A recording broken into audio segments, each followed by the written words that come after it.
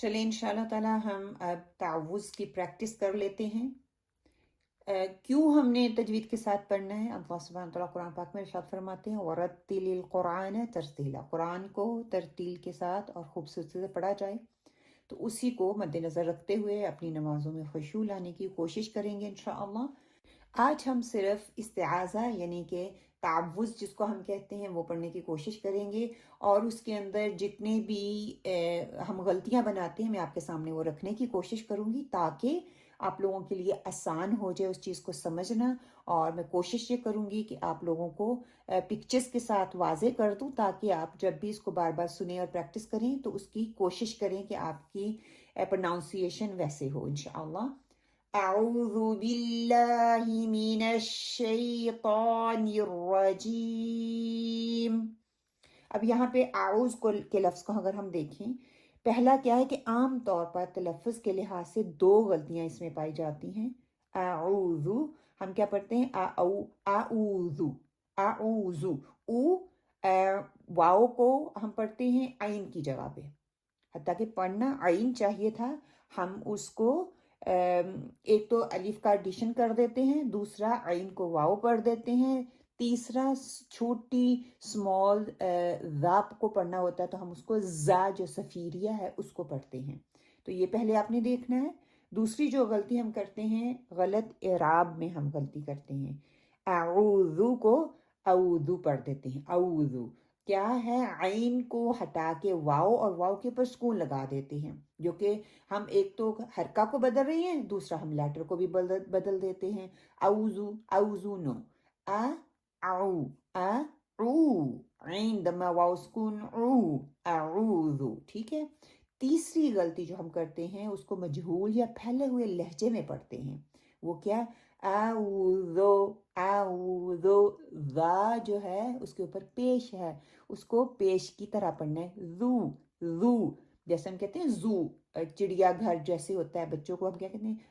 زو گئے ہیں بچے، تو وہ والا زو۔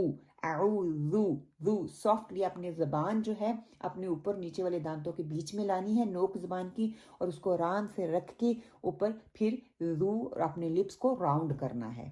حمزہ کو نکالنا کہاں سے ہے؟ یہ تھروٹ لیٹر ہے، حلق کے نیچے والے حصے سے نکلتا ہے، اور عین جو ہے یہ حلق کے درمیان والے حصے سے نکلتا ہے، یعنی کہ زبان پیچھے حلق کی طرف نرمی سے لے جانے کی وجہ سے ہم اس کو حلق کو گلے میں سے اس کو پیچھے کی طرف لے کے جاتے ہیں، جس کی وجہ سے عین جو ہے وہ پرناؤنس ہوتا ہے۔ فار ایگزامپل اگر ہم حمزہ کی پریکٹس کریں تو حمزہ کو ہم کیسے پڑھیں گے؟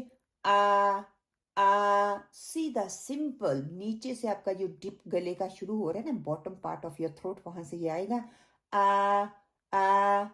اور عین کے لیے یہ مڈل سے آئے گا، ٹھیک ہے۔ اب نیچے سے ہم نے اوپر کی طرف آنا ہے، دعاء دعاء نو، دعاء نو، عین and Hamza make it clear, دعاء۔ اسی طرح چھوٹا سا جو فرق ہے وہ ذا اور زا کا ہے۔ ذا جو ہے نرمی سے ادا ہونے والا لیٹر ہے، زبان کی نوک کو اوپر کے سامنے والے دو دانتوں کے اندرونی کنارے سے لگایا جاتا ہے، پھر جو ہے ذا جو ہے وہ پرناؤنس ہوتا ہے۔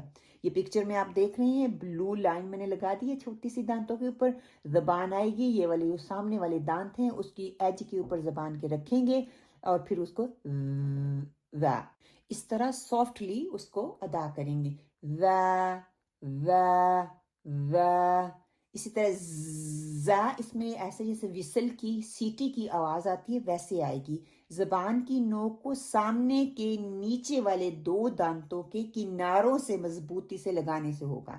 از یہ جو میری زبان کے پیچھے اندر رہنے سے ادا ہوتا ہے، زا زا زا ذا زا ذا زا، سو دونوں میں ڈفرنس ہے، دونوں کی پرناؤنسیشن میں ڈفرنٹ ہے۔ اسی طرح جب پیش کو ہم ادا کرتے ہیں، زبر زیر پیش کی آواز کو بغیر لمبا کیے ادا کرتے ہیں، اس کو او ایسے نہیں کرنا، لمبا نہیں کرنا، اس کو کیسے پڑھنا ہے؟ اعوذ، او کو لمبا کریں گے کیونکہ پیش آ رہی ہے عین کے اوپر اور واؤ جو ہے خالی ہے، اور جب بھی پیش کے بعد واؤ آئے گی وہ ٹو کاؤنٹ مد بن جائے گی.